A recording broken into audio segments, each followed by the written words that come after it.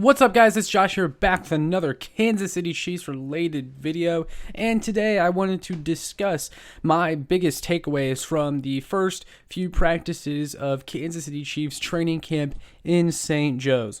Training camp is finally in full swing, and the pads came on for the first time yesterday, and the Chiefs have already gotten in several practices at training camp, and we're starting to see a lot of the players on the team really come out and surprise and impress that maybe we didn't expect before. We're seeing some players who aren't getting talked about a lot that, I'm a little concerned about personally. We're going to get all into that. I haven't been able to make training camp myself to see it in person, but just reading Twitter, reading articles, hearing what some of the beat reporters are saying, these are just going to be some of my biggest takeaways so far from training camp. The first storyline that I wanted to talk about that I think stands out the most of any that just everyone is talking about is Trey Smith, the guard from Tennessee that the Chiefs drafted in the 6th round, is as good as everyone thought he was going to be. Like, he's lived up to the hype. He's not giving his starting job back. He came into training camp as the starter on the depth chart, clearly running with the ones, getting all those snaps, and he's been a beast. I mean, he's been road grading people, and he doesn't give up. Like, that whole play through the whistle mentality, put people on the ground. Like, it's not going to stop for his teammates. Like, he's going to put you on the ground no matter who you are, and he's just trying to do his best.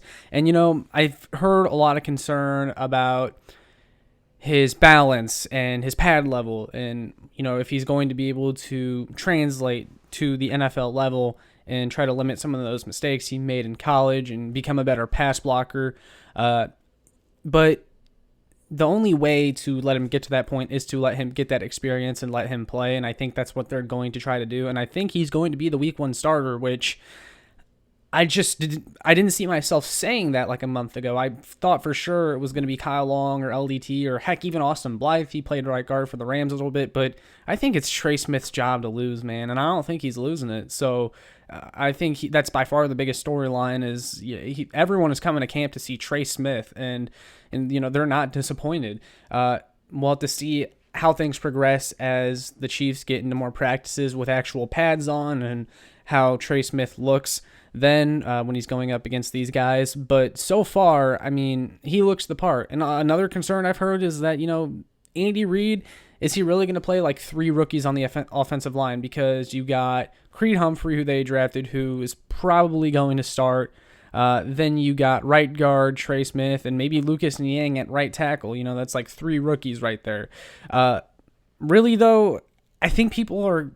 yes, there's going to be a learning curve when you have that many rookies on the offensive line, but at the same time, Andy Reid is going to play the best 5 guys, and if he feels like Trey Smith gives them the best 5 guys, that's who he's going to play. So what if they're rookies? He's going to let them play, and I think people are kind of overstating how much them being rookies actually matters. Yes, there will be a little bit of a learning curve, but I think they'll be all right. And Trey Smith, he's just impressed all camp so far, and I think that's the biggest storyline.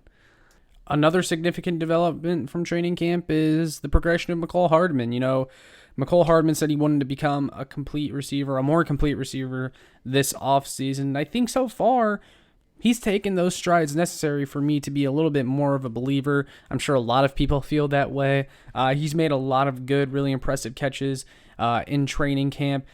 He's showing better hands than he's usually displayed during his past couple seasons. He looks good. So far, I think McCall is really rounding out, and that's a good thing for the Chiefs because that's a huge factor for the season in this offense. McCall is an X factor for this offense. If he can become the receiver that the Chiefs can feel comfortable with, like really taking over that number 2 spot that Sammy Watkins left behind, and if he can be more of an X type of receiver, that's huge for this offense. Like, that's going to help a lot. And then you still got your guys like Pringle, Robinson, Callaway that can slip into that 3rd receiver spot, and Noah Gray and Cornell Powell too. All those guys that can catch the ball a little bit. I'll get into Noah Gray here in a little bit, but the big thing here is that McCall looks to actually be maturing.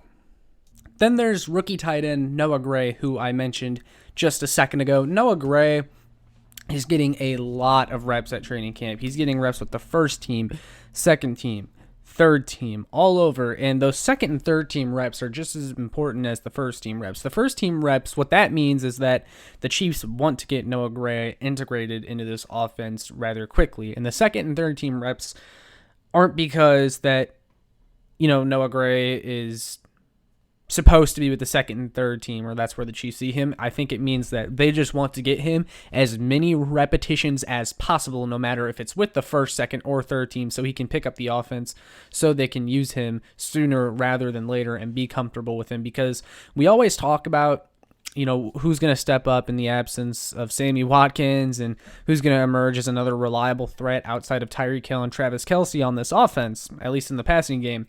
Noah Gray could be that answer because he's someone who runs really good routes, has sure hands.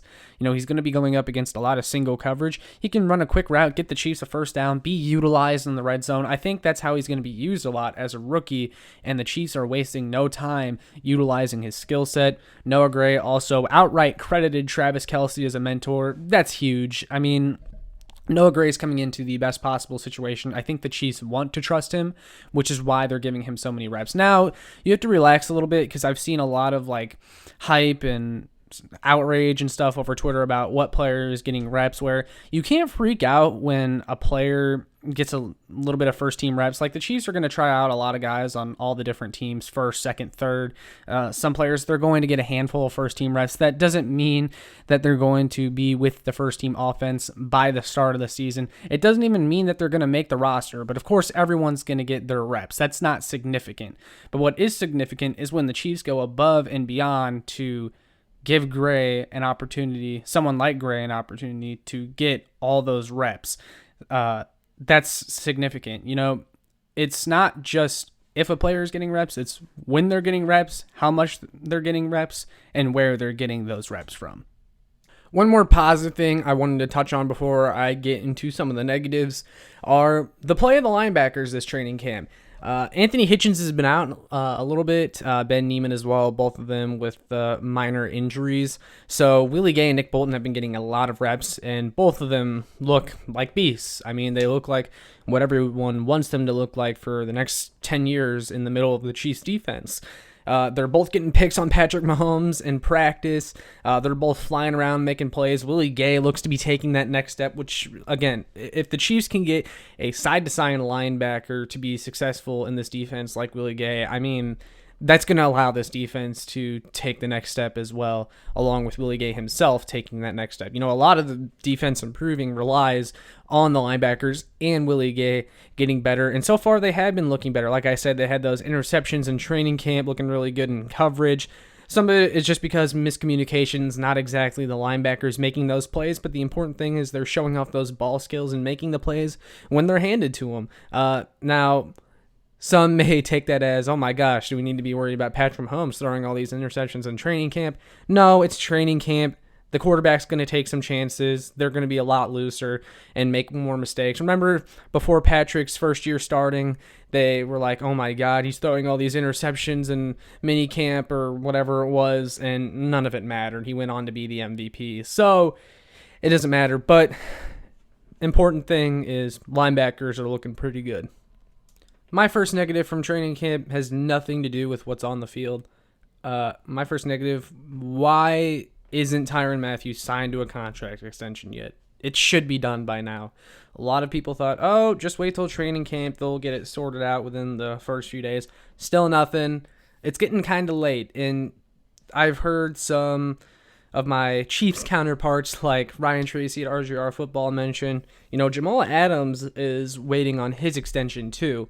And if he gets one before Tyrann and he ends up being paid like the highest paid safety in the league, then that's going to cost the Chiefs more money because Tyrann's going to want more than Jamal Adams. He's going to want to see that Jamal Adams type money that he gets. The longer the Chiefs wait, the more expensive they're going to make Tyrann for themselves. And Tyrann Mathieu, he needs to be on a new contract by now. It needs to happen.